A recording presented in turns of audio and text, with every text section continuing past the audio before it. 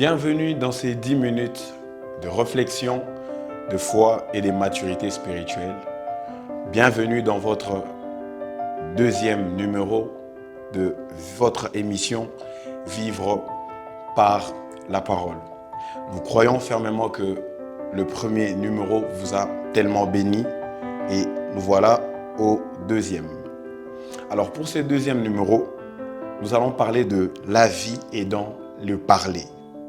Mais bien avant de parler de la vie et dans le parler, nous allons essayer rapidement de revenir sur ce que nous avons dit dans notre premier numéro.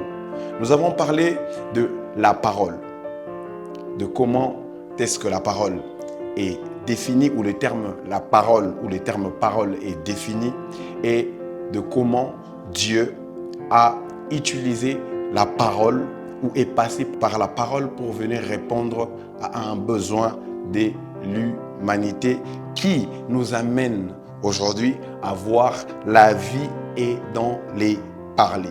En d'autres termes, la vie est dans la parole. D'où notre émission Vivre par la parole.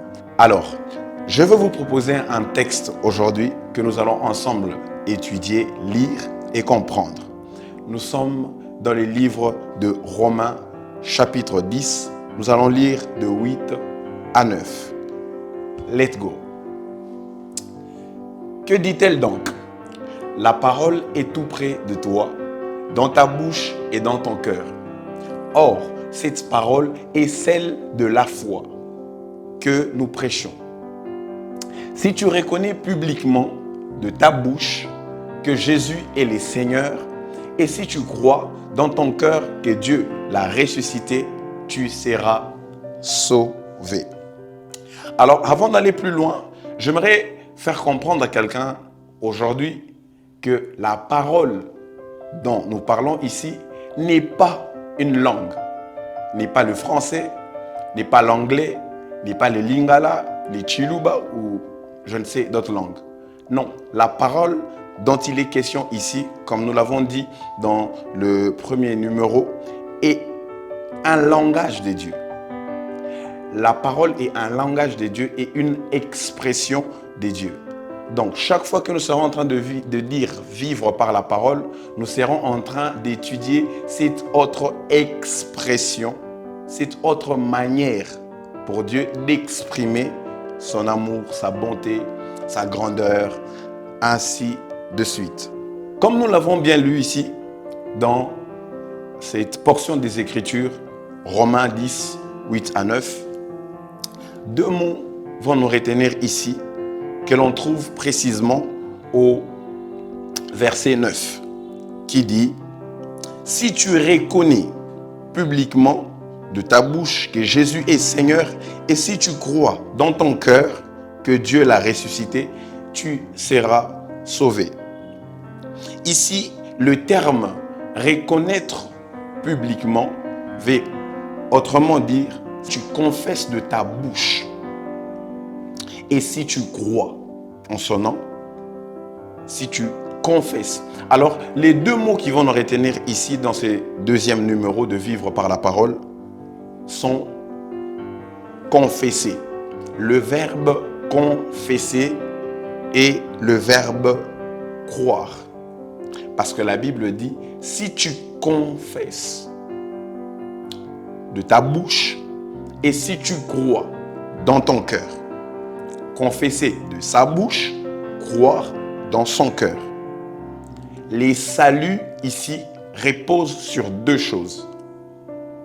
Confesser de sa bouche et croire dans son cœur. Pour avoir les saluts dont il est question ici, la solution de Dieu pour l'humanité, pour la recevoir, il faut nécessairement ces deux choses. Si tu confesses le parler, et si tu crois dans ton cœur, la confession et la foi. Alors, nous allons rapidement procéder à l'étude du premier mot ou du premier verbe ici, confesser. Alors, le verbe confesser du grec homologeo, qui signifie dire la même chose que. Oui, dire la même chose que. Qui signifie aussi reconnaître publiquement. Un peu comme dans cette version de Vie Nouvelle où on est en train de dire reconnais. Si tu reconnais publiquement, c'est l'une des traductions du mot ou du verbe confesser. Mais aussi professer ouvertement. Alors, le mot ici confesser n'a rien à voir avec confesser le péché. S'ouvrir, ouvrir son cœur de manière à confesser ses péchés. Ça n'a rien à voir, mais ça veut vraiment dire la même chose que. Alors, s'il s'agit de dire la même chose que, ça veut dire qu'il y a quelqu'un qui a dit quelque chose avant pour que tu puisses aussi dire cette chose, dépendant totalement de la première personne qui a eu à le dire. Et c'est là que nous revenons encore sur le terme parole qui veut dire une autre expression. Ça veut dire une autre manière de dire. Alors, au moment où tu confesses, au moment où tu dis la même chose que, tu dis la même chose que qui? Dans ce cas, tu es en train de dire la même chose que Dieu. Si Dieu a donné son Fils, c'est une expression pour lui, c'est un langage pour lui. Il a donné afin que celui qui va confesser, celui qui va le reconnaître, ça veut dire celui qui va dire le même langage que lui, celui qui va dire la même chose que lui, la parole, ou que elle, la parole, que lui, l'envoyé de Dieu, Jésus-Christ, qu'il soit sauvé. Donc ici, les saluts reposent dans le parler. Dire la même chose que. Deuxièmement, nous avons le mot croire. Croire ici qui veut dire, en d'autres termes, mettre sa confiance en. Mettre sa confiance en. Ou encore, s'appuyer sur. Mettre sa confiance en ou encore s'appuyer sur. Mais aussi, placer sa confiance personnelle. Placer sa confiance personnelle et totale. En. En. Vous voyez? Croire ici veut dire placer sa confiance. Donc, quand Paul est en train de parler aux Romains pour leur dire, si vous confessez, si tu confesses de ta bouche et tu crois dans ton cœur, tu seras sauvé. Ça veut dire les saluts reposent sur ces deux choses. La confession et la foi. En quoi ou en qui? En la parole. La Bible dit, la foi vient de ce qu'on entend. Ici aussi, il s'agit de confesser la parole, de croire en la parole. En d'autres termes, il s'agit de parler le même langage que la parole. Alors que dit la parole? La parole dit que Jésus-Christ est Seigneur.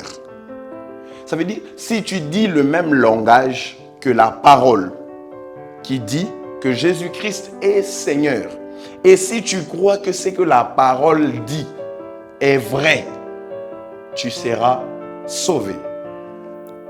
Puisqu'il est important pour vous de parler, puisqu'il est important pour vous de croire, c'est pour cela aussi que cette émission a été conçue pour vous accompagner dans ce cadre. Alors, il est important pour chacun de nous de parler chaque jour, de dire quelque chose. Mais cette chose-là que nous devons dire doit venir de quelque part, doit être motivée par quelqu'un ou par une source. Et cette source-là, c'est la parole qu'on a autrement défini comme Jésus-Christ. Ça veut dire, vous devez parler, vous devez vivre. Et si vous devez vivre cette vie dans laquelle vous êtes, elle est basée sur la parole. Parce que vous êtes né vous-même par la parole.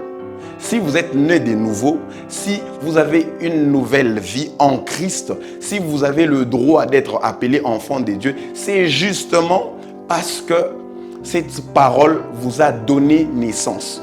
Et si cette parole vous a donné naissance, vous êtes censé et même obligé de vivre par elle. Ça veut dire que chaque fois, vous-même, vous êtes devenu une parole. Votre vie constitue toute une parole. Pour qu'elle demeure, pour que cette vie-là puisse demeurer, vous devez tout le temps parler.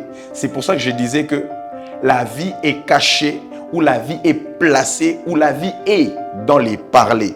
Chaque jour, chaque instant, vous devez dire quelque chose. Mais ces suggestions, ces choses que vous devez dire, ces paroles, ces phrases, ces langages que vous devrez exprimer, doit être motivé par la parole, Jésus-Christ. Je ne sais pas, vous avez l'habitude de parler, mais je ne sais pas qu'est-ce que vous dites de vous. Je ne sais pas qu'est-ce que vous dites des autres. Mais laissez-moi vous dire qu'il est temps de revoir ce qui sort de votre bouche. Parce que ce qui sort de votre bouche vient du cœur. Ce qui sort de votre bouche a pour source les cœurs. Et ce qui vient du cœur vient du caractère, de la mentalité. Ça veut dire c'est ce en quoi vous croyez. Il est important ici que votre croyance puisse changer. Croyez en la parole de Dieu. Croyez en ce que Dieu a fait pour vous en Jésus-Christ. Et chaque jour, chaque minute, exercez-vous à les confesser sur vous et même sur les autres.